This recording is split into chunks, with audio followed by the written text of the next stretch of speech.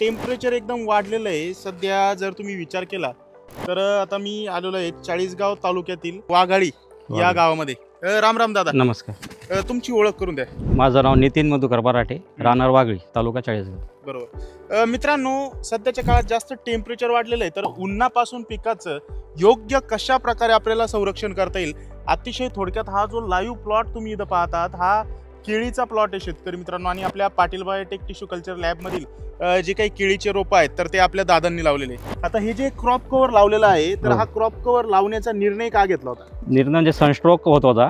बरोबर. म्हणजे 2 दिवसातच ते रोप मला खराब होत आहे बुवा असं. सनस्ट्रोकमुळे पोगा वाकडा दिसला मला. बरोबर. म्हणून मग तो निर्णय घेतला.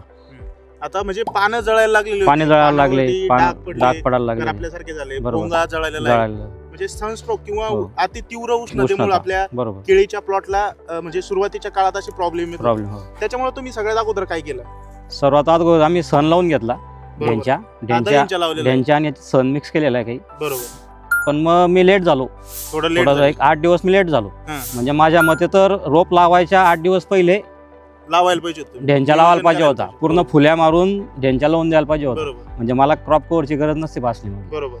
म्हणजे क्रॉप कव्हर पण तुमचं थोडं उशिराच झालं. मी आता 4 दिवस क्रॉप कव्हर लावलं. बरोबर. मित्रांनो, दह्यांच्या किंवा बोरू किंवा ताक पण त्याला वेगवेगळ्या नावाने ओळखतो. दादा, आता ही दिशा कोणती नेमकं, म्हणजे कोणत्या दिशेला? हे दक्षिण आणि पश्चिम दिशेला लावलंय आपण.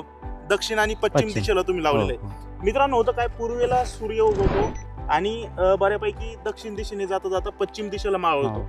मग हे जे पूर्णपणे जे ऊन आहे तर आता अजून थोडा याची बऱ्यापैकी एवढी जर वाढ झाली, अजून 1 8 10 दिवसातच पूर्ण कव्हर करून टाकेल आपण. जो सण आहे आता 8 दिवसाचा आहे, 8 दिवसाचा आहे आणि अजून 8 दिवसात एवढ्या आरामात होऊन. मित्रांनो, सध्याच्या काळात उष्णतेपासून जर तुम्हाला तुमच्या पिकाला वाचवायचं असेल तर सगळ्यात महत्वाचं म्हणजे जर तुम्ही सध्या आता केळी, पपई यांसारखे पिकाची लागवड करत असाल तर ताक किंवा दह्यांच्या किंवा सण आपण ज्याला म्हणतो किंवा बोरो आपण ज्याला म्हणतो, तर बऱ्यापैकी आता इथं जर तुम्ही निरीक्षण केलं तर आपल्याला आपल्या मुख्य पिकाच्या फूट दक्षिणेला आणि 1 फूट पश्चिमेला ज्या काही आडव्या ओळी आहेत ताक किंवा सण किंवा दह्यांच्या, तर त्या लवकरात लवकर लावणं तिथं गरजेचं आहे, जेणेकरून आपलं जे पीक आहे दादा तर त्या पिकाला सनस्ट्रोक किंवा उष्णतेपासून काही प्रॉब्लेम येणार नाही. किंवा शेतकरी मित्रांनो, एकदमच अर्जंट जर असेल तर तुम्ही सध्याच्या काळात हे जे अशा प्रकारचं जे क्रॉप कव्हर असतं तर तुम्ही क्रॉप कव्हर असं आपल्या पिकाला तिथं शेतामध्ये बसू शकता.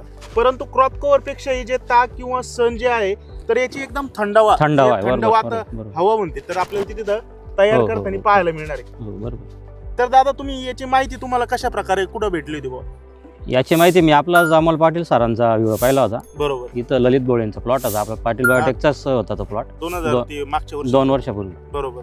तर तेव्हा पाहिलं होतं आणि तो एकदम जबरदस्त झाला त्यांचा तो केळी. बरोबर. आय थिंक इराणला एक्सपोर्ट. हो, एक्सपोर्ट पूर्ण एक्सपोर्ट झाला होता.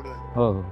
तर शेतकरी मित्रांनो, वेळोवेळी केळी या पिकाच्या मार्गदर्शनासाठी जो स्क्रीनवरती नंबर दिसतोय त्याच्यावरती तुम्ही व्हॉट्सअपला फक्त पिकाचे फोटो टाकून वेगवेगळ्या ज्या समस्या असतात तर त्यांचं निरासन करू शकता.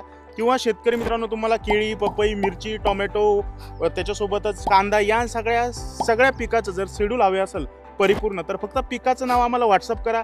तुम्हाला पूर्णपणे जे शेड्यूल आहे पिकाचं तर ते पूर्णपणे मोफत फ्री मध्ये जो काही सल्ला आहे तर तो आपण तिथं देण्याचा प्रयत्न करतो. शेतकरी मित्रांनो, आपल्या शेतकरी मित्राचे हे जे व्यवस्थापन आहे आपल्या केळी पिकाच्या प्लॉटमध्ये तर ते कसे वाटले मित्रांनो? हेच व्यवस्थापन तुम्हाला सध्याच्या काळात जर तुमची पपई जर पीक असेल तर तुम्ही पपई पिकाला सुद्धा सध्याच्या काळात अशा प्रकारे जे व्यवस्थापन आहे तर ते लवकरात लवकर करून घेणं गरजेचं आहे, जेणेकरून तुमच्या पिकाला वेगवेगळ्या ज्या उन्हापासून समस्या येणार आहेत तर ते येणार नाही. धन्यवाद दादा. धन्यवाद.